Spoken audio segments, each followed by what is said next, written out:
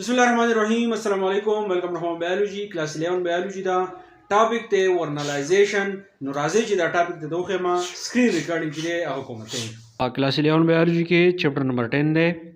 چپټر نمبر 10 کې اخیری ټاپک چې دی هغه زما سره دی ورنالایزیشن. ٹھیک شو؟ ورنالایزیشن دا ټاپک چې کله وکم په دې پس بیا تاسو ته ام سی کیوز کوم. نو دا چپټر نمبر 10 فارمز اینڈ فنکشن چې دی به ختم شي. په دې پس بیا ډایجیشن چې دی به سٹارټ کوم. ها ورنالایزیشن څه ته وایي؟ په دې کې دا خبره ده چې کله موږ ورنالایزیشن خبره کوو دا یو پروسس دی. دا په بوټو کې کیږي څنګه کیږي چې کنورژن اف وینټر ویرایټي انټو سپرینګ ویرایټي.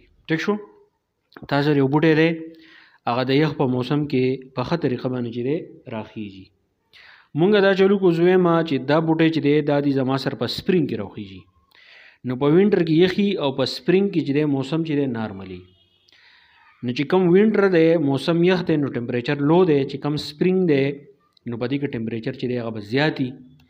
نو د وینټر د ویرایټي په زور علمه دا به سپرینګ کې جو څنګه ګرو کو دې پروسس ته ویل کېږي ورنالایزیشن. په دې کې سمپل یو ایزی خبره ده چې ټمپریچر چې دی هغه بوله څنګه کې ټمپریچر چې دی هغه بوله لو کې. په وینټر کې ټمپریچر لوی په سپرینګ کې زیاتی. نو په سپرینګ کې چې دغه لوی ټمپریچر وو د لو کې دی نو ستا ورنالایزیشن چې دی هغه به کامیاب شي. ښه که زه د دې هسټري ته وګورم چې د ورنالایزیشن په باره کې اول په سر خبره چې دی هغه چا کړوه. نو د ټرم واز کوینډ بای رشین ساینټیسټ لایسینکو ان 1928. ام سی کیوز لپاره دا خبره اهم ده چې په 1928 کې د رشین یو ساینټیسټو لایسینکو تینمو دا خبره هغه کړوه چې د وینټر د ورنالایزیشن دا ټکی چې دی درويسته خو بیا په دې باندې ایکسپریمنٹ کړو چې وینټر ویرایټي به زو په سپرینګ کې چې دی راخېجوم. او ورنالایزیشن پیدا سره چې پروموټس فلاورینګ دا په بوټي کې فلاور شری هغه پروموټ کوي یعنی فلاور شری په خطر طریقه باندې چې دی راخېږي. if the temperature is not low دا خبره یاد ساده ک پرس ک ټمپریچر زما سره لو نه دی it will not produce flowers دا زما سره فلاور نه پیدا کوي. ورنالایزیشن کې صرف یو شرط دی ټمپریچر به تو لو کې. کتا سپرینګ ته ویړو الته کې لوې ټمپریچر دی د لو نه کو دا تعالی بیا فلاورز نه درکې. ټمپریچر د بار سونه پکار دی 4 ډیګري سنټیګریډ 4 ډیګري سنټیګریډ ټمپریچر پکار دی 4 ډیګري سنټیګریډ نه سیوا کیږي بیا کار نه کوي. ورنالایزیشن اکرز بای ورنلین هارمون دا دویمه شرط دی. اولنی شرط ټمپریچر و د لو ساتي.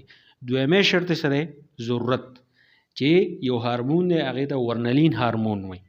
د دې د وجنا او د لو ټمپریچر د وجنا په بوټي کې چې دی فلاورینګ پروموټ کیږي. امپورټنس تبرا شو سوی امپورټنس کې دا وایي چې امپورټنس مطلب اهمیت پیدې سره پیدې دا ده چې انډیوس ارلی ډیولپمنٹ اف فلاورز کم فلاور شری په دې کې زموږ سره چې کوم بوټي دي دا غوي کې چې کوم فلاورینګ کیږي ناغه زر ډیولپ کیږي. دا غنه علاوه کازز ارلیئر ریپرینګ اف کراپس زموږ سره چې کوم کراپس دي دا غي په خېده چې دي ناغه زموږ سره په زر چې دی هغه بیا کیږي. نو په دې ویډیو کې نن ما تاسو ته ورنالایزیشن وی دا غي هسټري مې ته وی دا غي امپورټنس مې ته وی نور ملګرو سره چې ضرور شیر کړئ. تھینک یو.